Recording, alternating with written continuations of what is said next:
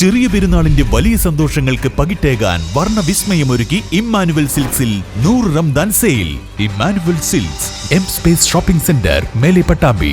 പെരിന്തൽമണ്ണയിൽ ഏറ്റവും തിരക്കേറിയ ചില്ലീസ് ജംഗ്ഷനിൽ കാലങ്ങളായി തകർന്നു കിടന്ന റോഡ് മുണ്ടത്ത് പാലം ഉൾപ്പെടെ പണി പൂർത്തീകരിച്ചിട്ടില്ല.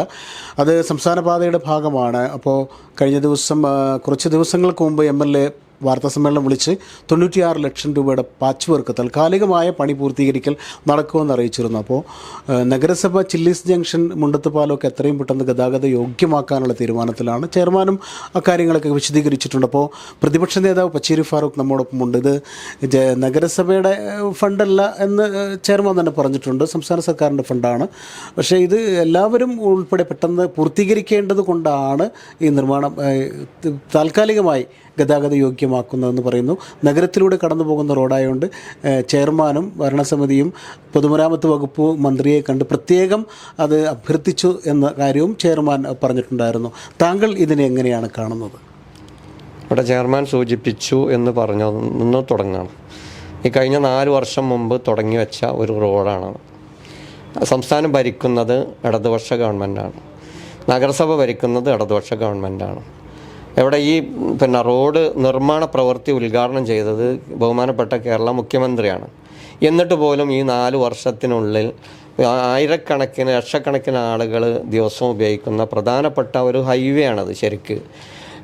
ആ റോഡ് കാലങ്ങളായിട്ട് തകർന്ന് കിടക്കുക. പ്രത്യേകിച്ച് പെരിന്തൽമണ്ണ നഗരസഭയ്ക്കുള്ളിലുള്ള ഈ റോഡ് മുഴുവൻ തകർന്ന് കിടക്കുകയായിരുന്നു. ഇപ്പോൾ കഴിഞ്ഞ വർഷമാണ് അതിൻ്റെ പ്രക്ഷോഭങ്ങൾ ഭയന്നുകൊണ്ട് നിയമസഭയ്ക്കുള്ളിലും നിയമസഭയ്ക്ക് പുറത്തും മന്ത്രിക്ക് ഒട്ടനവധി നിവേദനം കൊടുത്ത് മന്ത്രിയുടെ സാന്നിധ്യത്തിൽ ഒട്ടനവധി യോഗങ്ങൾ വിളിച്ചു ചേർത്തുകൊണ്ടാണ് ആ റോഡ് ഇത്രയെങ്കിലും അത് പരിഹാരം ഉണ്ടാക്കാൻ കഴിഞ്ഞത് എന്നുള്ളത് ഈ പൊതുജനങ്ങൾക്കറിയാം. ജനങ്ങൾക്ക് കൃത്യമായിട്ട് പഴയ പോലെ ആടിനെ പട്ടിയാക്കുന്ന രൂപത്തിൽ പ്രസംഗിക്കുന്നത് മാത്രം കേൾക്കുന്ന ഒരു സമൂഹമല്ല ഇന്ന് ജനങ്ങൾക്ക് കൃത്യമായിട്ട് ഇതിൻ്റെ യാഥാർത്ഥ്യം എന്താണെന്ന്, സത്യസന്ധമായ കാര്യം എന്താണെന്ന് കൃത്യമായിട്ട് ജനങ്ങൾക്കറിയാം.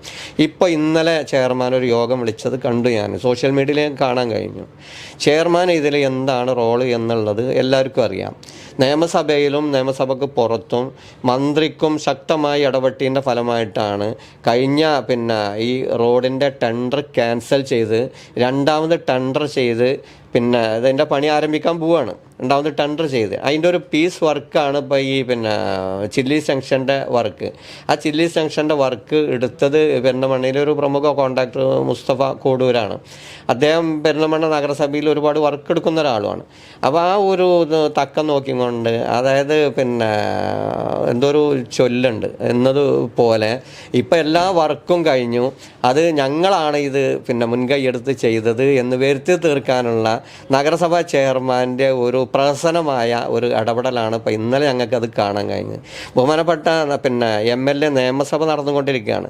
അതുകൊണ്ട് അദ്ദേഹത്തിന് ഇങ്ങനെ ഒരു യോഗം വിളിക്കാനും ഇതിൻ്റെ ഒരു തുടക്കം കുറിക്കാനും ഉള്ള ഒരു അവസരം വരും എന്ന് കണ്ടുകൊണ്ടാണ് ചെയർമാൻ ഇന്ന് മുൻകൂട്ടി രാഷ്ട്രീയത്തിൻ്റെ തന്ത്രത്തിൻ്റെ ഭാഗമായിട്ടാണ് ഇന്നലെ യോഗം വിളിച്ച് ഞങ്ങളാണ് ഇത് ചെയ്യുന്നതെന്ന് വരുത്തി തീർക്കാനുള്ള ഒരു സർക്കസ് കളിയാണ് ചെയർമാൻ ഇന്നലെ കളിച്ചിട്ടുള്ളത് എന്നുള്ളതാണ്. ഏതായാലും ആര് സർക്കസ് കളിച്ചാലും ആര് പ്രതിഷേധം നടത്തിയാലും ഞാൻ നേരത്തെ സൂചിപ്പിച്ചതുപോലെ ഇവിടെ ഒരു പൊതുസമൂഹമുണ്ട്. ആ പൊതുസമൂഹം ഇതൊക്കെ തിരിച്ചറിയുന്നുണ്ട്. കാലങ്ങളായിട്ട് 4 കൊല്ലം നടക്കാത്ത ഒരു സംഗതി ഇപ്പം നടക്കാൻ പോവുകയാണ്. അപ്പോൾ അത് നടക്കുന്നത് എന്തായാലും ഈ പെരിന്തൽമണ്ണയിലെ പ്രത്യേകിച്ച് വ്യാപാരികൾ, പ്രത്യേകിച്ച് അതോടൊപ്പം തന്നെ യാത്ര ചെയ്യുന്ന യാത്രക്കാർ, വാഹനങ്ങൾ ഉപയോഗിക്കുന്ന ഒട്ടനവധി വാഹന ഉടമകളുണ്ട്. അവർക്കൊക്കെ ഒരുപാട് പ്രയാസം നേരിട്ട് കൊണ്ടിരിക്കുകയെന്ന് കഴിഞ്ഞ കാലത്ത്.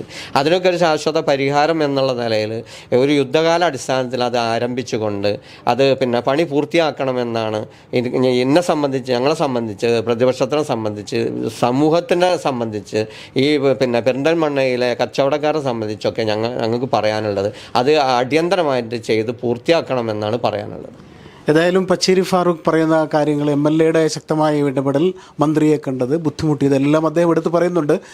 ഈ ചില്ലീസ് ജംഗ്ഷൻ ഉൾപ്പെടെ സംസ്ഥാന പാതയുടെ റോഡിൻ്റെ പാച്ച് വർക്കുകൾ, അതായത് തകർന്ന ഭാഗങ്ങളെല്ലാം പൂർത്തീകരിച്ച് എത്രയും പെട്ടെന്ന് തന്നെ നാടിനെ ഉപയോഗപ്രദമാകുന്ന തരത്തിൽ സഞ്ചാരയോഗ്യമാക്കി കിട്ടുമെങ്കിൽ അത് ഏറ്റവും നല്ലതാണെന്നാണ് പ്രതിപക്ഷ നേതാവ് പറയുന്നത്.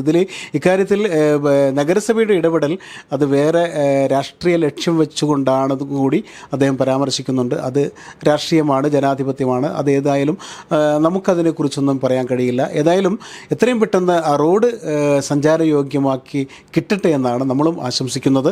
ക്യാമറമാൻ ബിനുവിനൊപ്പം ജബ്ബാർ വേണാട്ട്, നിള 24 ലൈവ്.